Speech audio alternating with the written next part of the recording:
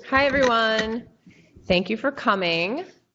Welcome to Bioethics Grand Rounds. So this is a Grand Rounds that is sponsored by the Research Ethics Service. So this is one of our, where we get to invite an outside speaker who's going to focus on research ethics for us. So we're very excited to welcome Professor Holly Fernandez Lynch, who is the John Russell Dickinson Presidential Assistant Professor of Medical Ethics in the Department of Medical Ethics and Health Policy at the Perelman School of Medicine of the University of Pennsylvania.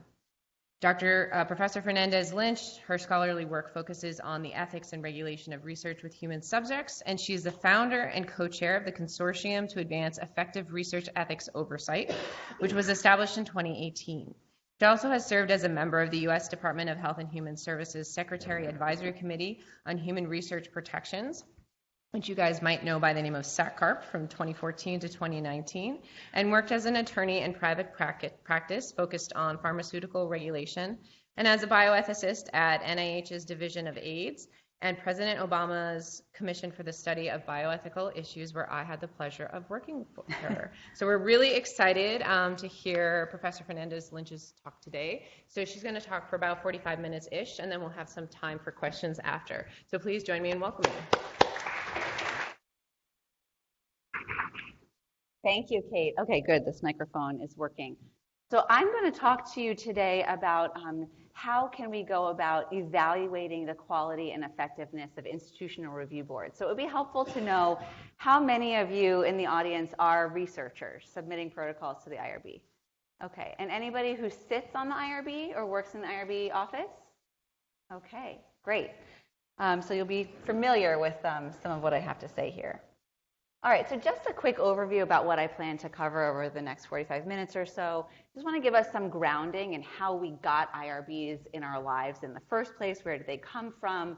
Some open questions, empirical questions about how IRBs function and perform the work that they've been tasked with in the regulations and in codes of research ethics. I'm going to talk to you about how I think we ought to be differentiating between effectiveness and quality as distinct but related concepts. And then I'm going to spend probably about half of the talk exploring some of the work that we've started through the Aereo Consortium. So, a couple of questions are really motivating this research project. Many people haven't given much thought to why do we have IRBs. They just kind of know, all right, what's a regulatory requirement or my institution requires it, and so I have to go through this process. And certainly people have a lot of complaints about IRBs, but I think it's less frequent that people sit back and think, has the IRB process made my research better? Fewer people still think about what a good IRB should do kind of proactively. You can think about, what should a bad IRB not do, but what would an ideal IRB look like, and how can we really evaluate whether IRBs work? So very brief history. After the Nuremberg trials, after World War II, this was a set of trials, war crimes trials related to the experiments that were done by the Nazis. And what came out of that was a set of 10 principles called the Nuremberg Code that doesn't mention anything at all about independent oversight of research, really heavily focused on informed consent and researcher responsibilities. We start to see attention to independent oversight of research studies at the advent of the NIH Clinical Center, where they put in place a policy for group consideration of clinical research procedures deviating from accepted medical practice or involving unusual hazard. Obviously, they didn't take any time to try to compress that title, but the idea was if you were going to do research that was deviating from the standard of care, you as the research needed to propose your idea to a group of your peers that would help evaluate, why is this research necessary, what kind of risks and benefits does it pose, and whether it ought to be allowed to proceed. And the rationale was twofold. One was acknowledging that as researchers, we have inherent conflicts of interest, and so it's important to have independent oversight. And then the other idea was that sometimes these challenging ethical questions come up, and it's just good to have a group of people try to kind of arbitrate them rather than relying on the views of one researcher. In the 1960s, we see more attention to problematic research studies. Simultaneously, we're seeing within the public health service more attention to setting up a policy that looks pretty similar to the research oversight system that we have in place today, requiring local prior review of the research protocols, evaluating whether the rights and welfare of participants are being adequately protected, and then relying on the funded institutions to assure compliance with this policy. But it wasn't yet a set of regulations. This public health service policy gets adopted more widely within the Department of Health, Education, and Welfare, still as a policy, not as a set of regulations in 1971. And then in 1972, we have this very widespread public acknowledgement of the Tuskegee syphilis study, which prompts Congress in 1974 to pass the National Research Act, which effectively took those Department of Health, Education, and Welfare policies and turned it into a set of formal regulatory requirements for research that was funded by that department. And this is our first statutory requirement for institutional review boards to protect the rights of human subjects in research. And then, we've had more evolution of the IRB system and the applicable regulations over the past several decades, culminating in 1991 in the Common Rule, where several federal agencies came together and said we're going to apply a consistent policy for research oversight and require IRB oversight of protocols. And then most recently the Common Rule revisions, which didn't really shake up the system too much. We still have IRBs that are responsible for research oversight, more attention and a requirement now for single IRB review of multi-site protocols. So why do I go through this history? One, it's because many people had no idea where IRBs came from. But two, I think it's really important if we're going to evaluate IRBs to know what were they created to do, what purposes were they created to serve. So we see that quoted language from the National Research Act, which really focuses on protecting the rights and welfare of research participants. But I think the mission of IRBs is broader than that, right? One way that you could protect participants is to just say, no more research. We're not going to expose people to that kind of risk. And obviously that's not what we expect IRBs to do either. So their responsibility is kind of twofold: protect participants while promoting high quality, ethically appropriate research. I've done some analysis of international ethics guidelines and the published literature talking about what should a good IRB, or Human Research Protection Program is the other acronym that you see there, what else should they be doing? And sometimes people talk about the role of IRBs within institutions of helping to build a culture of ethical concern amongst researchers so that they do the right thing even when nobody is kind of right over their shoulder, and also building a system of public trust in the research enterprise. Okay, so I think these are kind of the four main things that IRBs are intended to do. And those are really the big picture outcomes that we would expect IRBs to achieve. When we talk about IRB effectiveness, it means achieving those goals. But of course, those are kind of amorphous things. What does it mean to protect research participants? We don't really have clear operationalized definitions of what that means. So they can really be kind of amorphous, and you need to apply some discretion and judgment. So just to take the participant protection example, one thing that you might do is say, okay, our job as the IRB is to protect research participants from adverse events. But we know that research will inevitably entail adverse events because it's uncertain. It entails risk. That's why we're doing research in the first place. So we can say, all right, let's take one step further and say the role of the IRB is to protect research participants from too many adverse events. Well, how do we know how much is too many, right? Maybe we can accept a higher risk or a higher number of adverse events for more socially valuable research.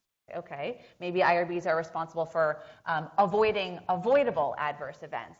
That also becomes very difficult to parse. And so I just give you this example to show how difficult it can be to really articulate in a measurable way what it means to protect research participants. But the problem is, if you don't have clear definitions, it becomes really difficult to come up with useful performance measures. And without those performance measures, it's very hard to tell whether IRBs are serving the function that they were created to serve, or what types of adjustments we might want to make to the system. There are also a number of other problems that make it really hard to evaluate IRB performance. First of all, what they exist to do is pre-review, right? They decide whether research can proceed, and so they're trying to prevent bad things from happening rather than kind of coming in at the back end after the bad things have happened. And so those of you who are clinical trialists probably know this already. It's much more difficult to study a preventative intervention, right? Because you need some kind of control where you don't have the intervention to determine how many bad things would happen if we didn't try to prevent them in this way. You can't do that kind of randomized controlled trial of IRB versus no IRB in a system in which the IRB is required by law. The other problem is that there's all sorts of confounders in the IRB system, right? So it's not like there's nobody in between the IRB and the research participant. Of course, you have researchers and their staff. And so the IRB might approve a protocol on paper, but of course we have to rely on the researchers to do the things that they promised they were going to do in the way that they promised to do them. The IRB system in general has some issues related to transparency, and these are often resource issues, but can also be concerned about litigation, which means that they often don't share data across institutions about their own performance or policies, which makes it hard for people like me to study how they're doing. And then if you're thinking about how to fund your research, your human research protection program, as an institutional leader, you might say, okay, I've got this regulatory compliance obligation. I'm going to give them the funds they need for regulatory compliance, but you may not give them funds to do kind of learning evaluation of the IRB system. So it really hasn't been prioritized. And the result of all of these difficulties in measurement is that for decades, people have acknowledged that we aren't really assessing this IRB system. You see several quotes here from various published articles about how little evidence there is about whether IRB goals are actually accomplished, lack of clear measures, existing studies aren't really attempting to measure the impact of the IRB on the rights and welfare of research subjects. And there's just been lots of kind of consternation about this, but very little progress. Oh, this is they're supposed to be, oh, you can see it up there. I can't see it on my screen. The seesaw is not showing on my screen. So the system of research ethics oversight inevitably has costs associated with it, right? So as the institution, you need to set up and fund your IRB and your research protection program. As investigators, you need to write your protocols and go through all of the steps of submitting to the IRB, responding to any questions that they have. And, the process of review will just take time, right? You can't turn it around, in an hour or a day or even a week sometimes. So those costs are built into the system, but ostensibly they're justified by these benefits that we also think are supposed to be built into the system. And so the question is, are the benefits really outweighing the costs? It's really hard. I've just explained how hard it is to get evidence of these benefits. But unfortunately, we do have a lot of evidence about some of the costs. So let me tell you what we know about the costs and burdens of IRBs. And I don't mean to suggest that there's nothing on the other side. I think there is benefit. It's just really hard to show it empirically. But on the cost and burden side, there's plenty of evidence about inconsistency and variation between boards, right? When you send the same protocol to multiple IRBs for review, they often come out differently, which is something that the single IRB requirement is intended to address. Similarly, inefficiency and redundancy in review, right? Maybe, having 2 or 3 boards look at the same protocol could be helpful, right? You just kind of get different people's perspectives on challenging ethical issues, but you need 20 IRBs to review the same protocol. There's probably diminishing returns at some point. There's a concern about bureaucracy because you have this regulatory checklist that you need to go through on the IRB side. There's a tendency to focus on regulatory compliance, sometimes at the expense of kind of deeper ethical analysis. There's been some questions about whether IRBs could plausibly have the level of expertise that they would need to have to review scientifically the wide variety of research that might come before them. And so oftentimes investigators will complain, the IRB is making me do X or Y thing, and it's going to damage the quality of my research because they don't understand the science, okay? I think those challenges are sometimes justified and sometimes might be a bit of belly aching on our part as investigators. Some colleagues at Penn had recently published a paper to indicate that when IRBs require changes to protocols, they're very infrequently explaining to researchers why those changes are being required, which makes it hard for investigators to know whether those changes are justified or to kind of learn from that for their future submissions. And so the response to the data that we have about IRBs has often been, okay, well, why don't we just focus on making sure that IRBs aren't doing those bad things? And so a good IRB would be one that moves quickly and is efficient, avoids being inconsistent in its own decisions and across boards, make sure they have the right kind of people sitting around the table, and that they're not kind of creeping outside their mission. But none of those things are really why IRBs exist in the first place, right? We didn't create IRBs just so that it could be fast. We created them so that they could protect research participants. And so here's the part where I want to kind of tease out the difference between effectiveness and quality. So effectiveness is what I've put in the middle of this diagram. This is, are they achieving the outcomes that they were intended to achieve? And if they're not achieving those outcomes, these two things on the side don't really matter, right? We need to figure out whether they're doing what they were created to do. Once we kind of have a sense of that, then we can look at kind of the processes that they have in place, the structure in terms of who's sitting on the board, how long do they have to review the protocols, do they have the right type of information. Those things can help support effectiveness, but if you only look at them, they're really just surrogate measures. So for example, if you want to protect participants, you better have a good process for making sure that you can identify research risks and figure out whether they're being balanced by benefits. But just because you've had a discussion about risks and benefits doesn't necessarily mean that you're protecting participants once the trial actually gets launched, right? So if you have bad processes, it's highly unlikely that you're going to be effective, but having good processes is not necessarily a guarantee of effectiveness. And then, once you kind of have your good processes in place to support effectiveness in achieving outcomes, then you can start asking, are we achieving those outcomes in a fair way, right? So, are we allowing the investigator the opportunity to present their research? Are we answering their questions? Are we going fast enough and avoiding unnecessary burden in the system? So I think effectiveness is really this part in the middle, and quality is all three components put together.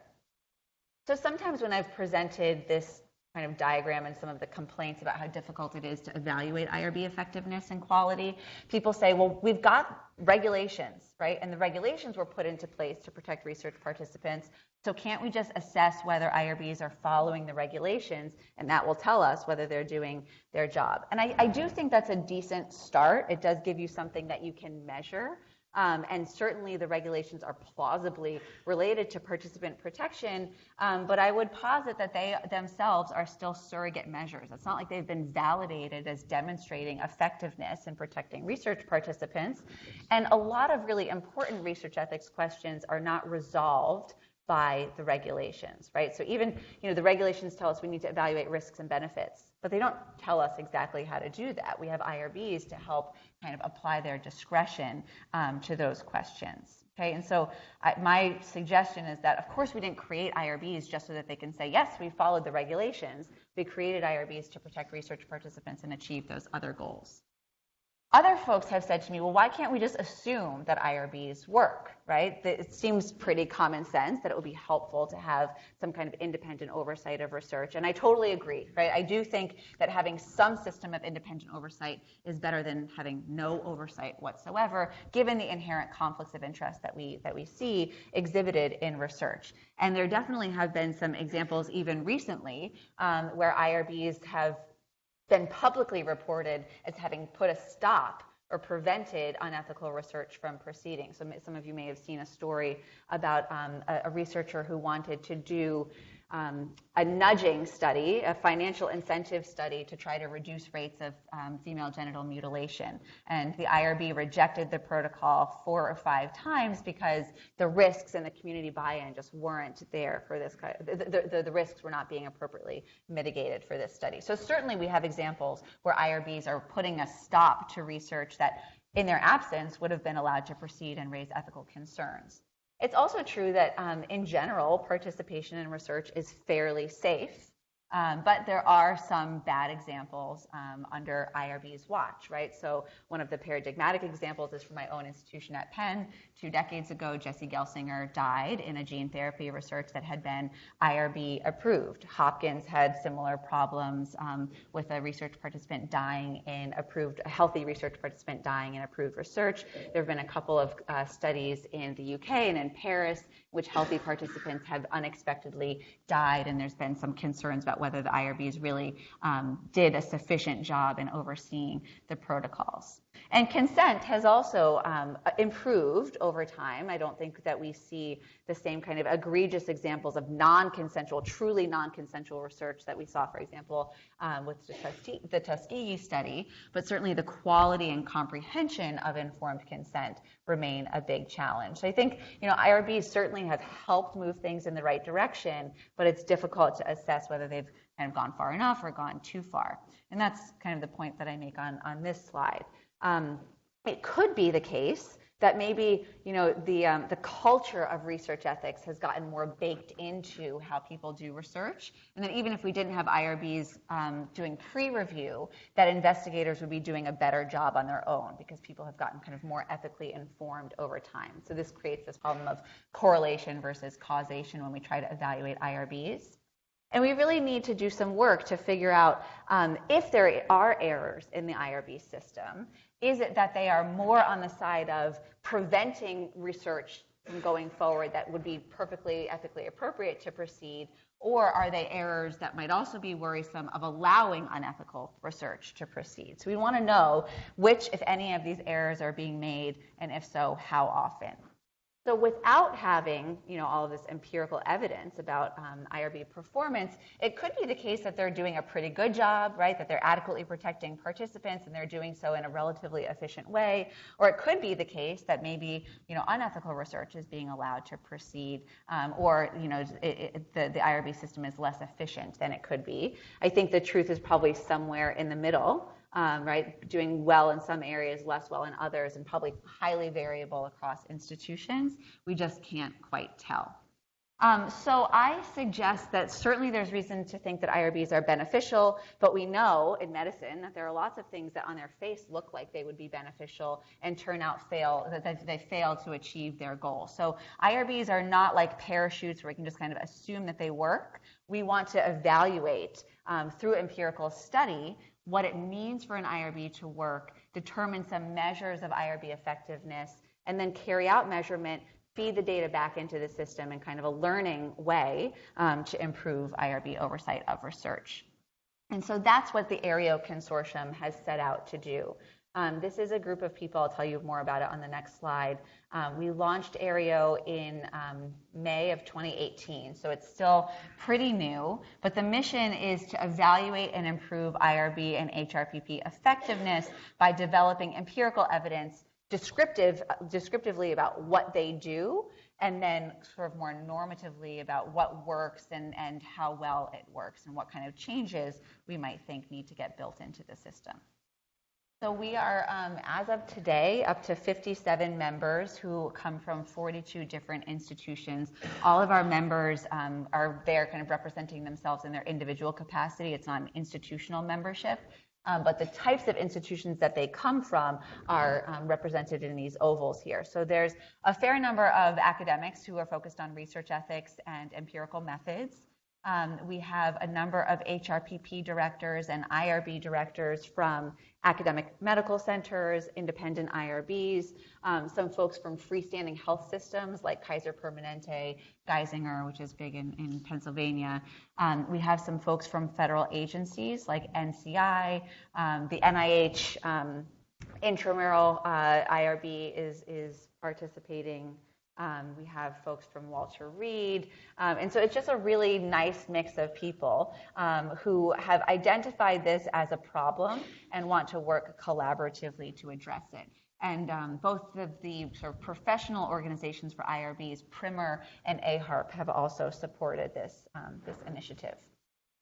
So I want to now turn over to talk to you about some of the research projects that we've started in the past 18 months, with the caveat that you're not going to walk out of this room saying, oh, here's my, tied up in a nice little bow approach to evaluating IRB quality and effectiveness. We're working still to figure this out, and I think we're making good progress, but you'll tell me during the discussion portion.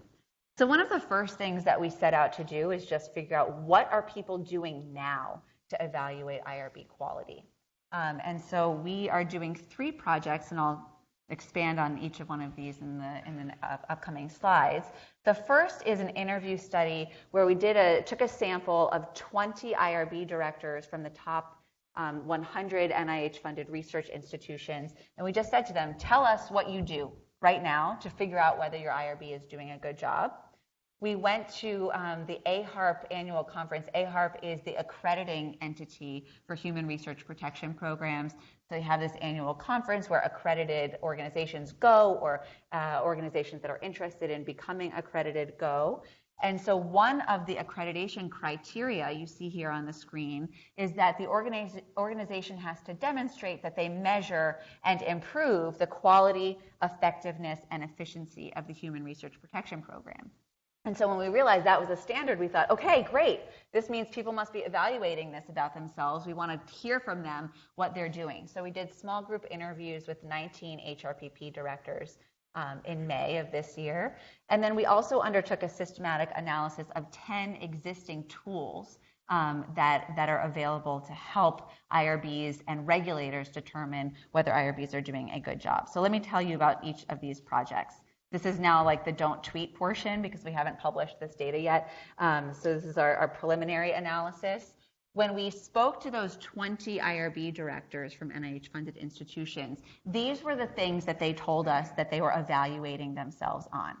Top of everyone's list, efficiency. How quickly do we turn these protocols around? And this is totally predictable. It's easy to measure. It's something that IRBs are loud about. And so they're all evaluating that as kind of their top line quality measure. And then they also talk a lot about stakeholder satisfaction. So how do they measure? Who are their stakeholders, for one? Top of the list, interestingly to me, researchers, not participants. They talk about participants, but researchers are at the top of their list in terms of sort of their consumer or their stakeholders. And so they often are doing surveys of investigators to help evaluate the IRBs. Sometimes they'll do surveys of the IRB members. Do you feel like you have enough support, resources? Do you feel like your voice is being heard, the institution respects you, that kind of thing? And on the participant side, they'll often evaluate any questions that come to the board from participants or complaints that get filed. Although when I asked them, like, what kind of complaints are you getting? I thought this would be like a really fruitful area for research. They often said that the most common complaint is that people aren't getting paid in a timely fashion, right? So that they were told that they were going to make some money in a research study, and they either misunderstood or there was some glitch in getting them paid quickly. So that is a concern, certainly, right? But not the kind of like rich ethical concerns that I thought we were going to be able to parse out.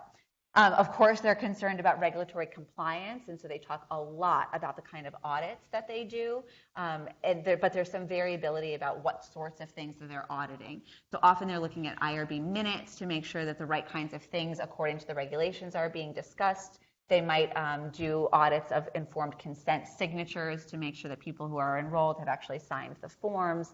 And some of them do kind of a continuous auditing process once a month. Some of them only do it when there's a regulatory audit. So there's some variability there.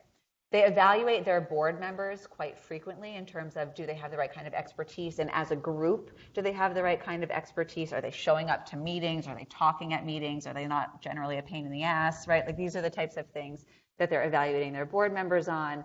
And sometimes they'll say, oh, we don't further evaluate ourselves. We got accreditation. That's our stamp of quality, and that's not really anything else we need to do. So our preliminary analysis of this data is that they aren't evaluating the IRB in terms of the quality of the deliberation on the ethics of the research protocols. That's not something that they talked about in our interviews. Very infrequently are they doing any kind of systematic analysis of the participants' perspective or their experience in research. And when we asked them, are you satisfied with what you're doing, almost all of them said that they were either very or moderately satisfied. And the folks who said they were moderately satisfied said, oh, like always there's ways that we could improve, but we're pretty happy with what we're doing. We asked, what else would you want to be able to do? And they said, oh, maybe more audits, maybe more surveys of investigators, but we don't have the time, resources, or staff to do those things.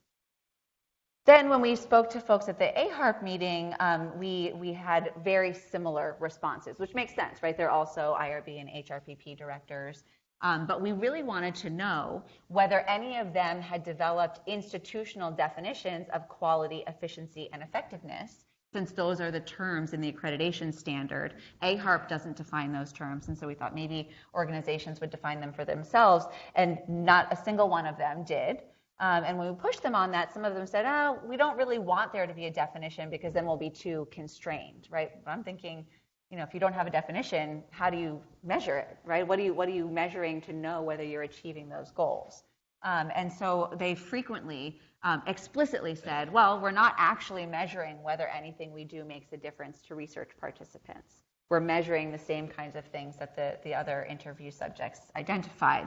Compliance, efficiency, do they have the right kind of policies and procedures in place to assure regulatory compliance? Some of them said they used participant surveys, but they were pretty infrequent, and oftentimes investigators didn't like the idea of appending something to whatever data collection activities they were doing with their research participants. Some folks said, oh, I would really love to evaluate our IRB by having a single protocol that was sent to multiple IRBs, and then we could kind of see how we compare to other entities. Now, OIG did this exact kind of, the Office of the Inspector General of the Department of Health and Human Services did send out several years ago a mock protocol to try to figure out whether IRBs would catch ethical concerns. Most of them did, and the one that didn't was an independent IRB that kind of immediately folded thereafter. But it was a very contentious project of OIG. I think many IRBs felt like they didn't like the idea of being duped in that way. So it was interesting to see some folks suggesting that as a way that they would like to be evaluated. And they often self-identified that they were kind of largely being reactionary. They didn't necessarily have the resources in place to kind of be proactive in thinking about these things. Now, I'm going to just quickly walk you through this project. This is the set of 10 existing tools that are available to evaluate IRB quality and effectiveness. The first two are from accrediting institutions, so the AAHRPP, and then there's one in Canada. The middle group, for the most part, so FDA, VA, and OHRP, are tools that were generated in government regulatory contexts. The IRB RAT is a tool that was created by investigators to help evaluate IRBs. So you can imagine it looks somewhat different from the other tools that are up here. And then the bottom row are international tools available to kind of help figure out how IRBs and research ethics committees are doing internationally. So what we did was created a code book. We did a qualitative analysis of these tools, and we developed a code book that was organized according to topics that focused on the IRB structure, right? How is it organized? What kind of resources does it have? And then another set of codes focused on the process of review. So this was things like what kind of review did the IRB apply, or was there guidance about what kind of review to apply in a given situation, expedited versus full board review, for example, what kind of documentation was required, and then various procedures that are related to participant protection, right? Evaluating informed consent, for example. And then we had another set of codes that was focused on outcomes, participant outcomes, once the research had kind of been released into the world. And then we counted up the number of times each one of our topical nodes showed up in these 10 tools. And then we assessed the frequency across all of the tools. Don't worry about making any sense of this, this image here. All it's intended to show you is how we parse the data. So at the top, you can see those are the tools that we identified. These are some of our codes under participant protection. And when you see green or blue, that indicates high frequency in that particular topic for that particular tool. When you see yellow or red, it was infrequent or absent. And so you can see some kind of variability across the tools. For example, when it comes to participant selection, the AAHRP tool spends a lot of time talking about that, whereas the IRB RAT and the RECAT tool spend very little time focused on that. So we then did an analysis of how frequently these, what were the most frequent topics if you looked at all of the tools kind of in combination, and they were pretty much exclusively structure and process topic areas. There were a few towards the bottom that do focus on things related to participant protection. You can see those were only showing up in half of the tools. And then in terms of what was most frequently unmentioned, kind of top of the list, near the top of the list, are participant outcomes. Only 2 of the 10 tools talk about that at all. They were the tool that was developed by some researchers at the VA and the WHO's evaluation tool. And what they focus on is how many adverse events are taking place, are people getting enrolled without adequate informed consent, and do you have any mechanism of evaluating participant experience in research? And so our main finding was that there was kind of wide variability across all of the instruments, a ton of focus on the process and structure, very little attention to participant level outcomes in terms of their experience, and just kind of a kitchen sink approach to 30 different things that you could evaluate with very little prioritization. And so we have some recommendations. This paper is under review, that all evaluation measures, to the extent possible, should include participant outcomes as kind of one of their highest priorities. Then we did some additional research. Once we now have a sense about what people are actually doing, we wanted to learn, how do people define IRB quality and effectiveness? Of course, this is important. These definitions are important to measurements. It's hard to measure what you can't define. And so we're in the process of doing a systematic literature review and the conceptual literature about IRB quality. And then we've done a number of other stakeholder interviews on top of those 20 with the IRB directors. So you see those in the middle there. We added 43 what we were calling normative interviews, and so this was a group of stakeholders that we, instead of saying, how do you actually define and evaluate IRB quality, we said, kind of in an ideal world, what does IRB quality and effectiveness mean to you? And once you kind of tell us your definition, do you have ideas about how you would go about measuring it, kind of operationalizing your definitions? So almost without exception, our participants were not differentiating at all between quality and effectiveness. They were using those as synonymous. And they also weren't differentiating between different types of approaches to measuring or defining quality. So I talked a little bit about structure, process, and outcomes. If you're in healthcare quality assessment, this is probably a familiar model. It's how healthcare quality is evaluated, but it's not something that was coming up in our interviews. We asked them, tell us, what are the key elements of IRB quality from your perspective? The normative folks, the people who actually were not necessarily responsible for an IRB, top of their list was high quality deliberation. Do you have a high quality, careful, thoughtful review process for each of your protocols? People across both groups were talking about customer service. Right? Are you facilitating research? Are you clearly communicating with your investigators?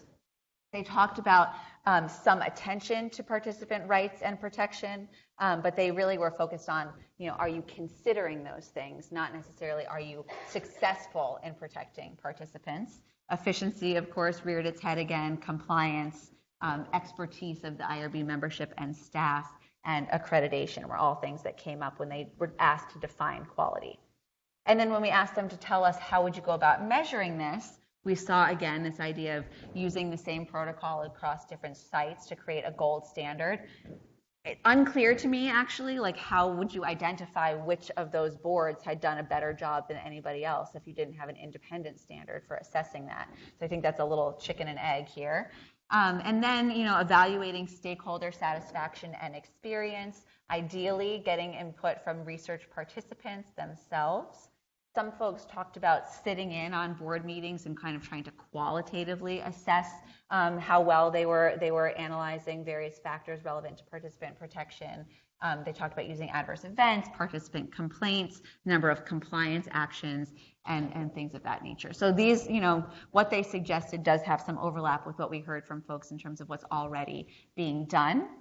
One of the most interesting things I thought was that when we interviewed these 43 folks, we said to them very simply, can you define IRB quality?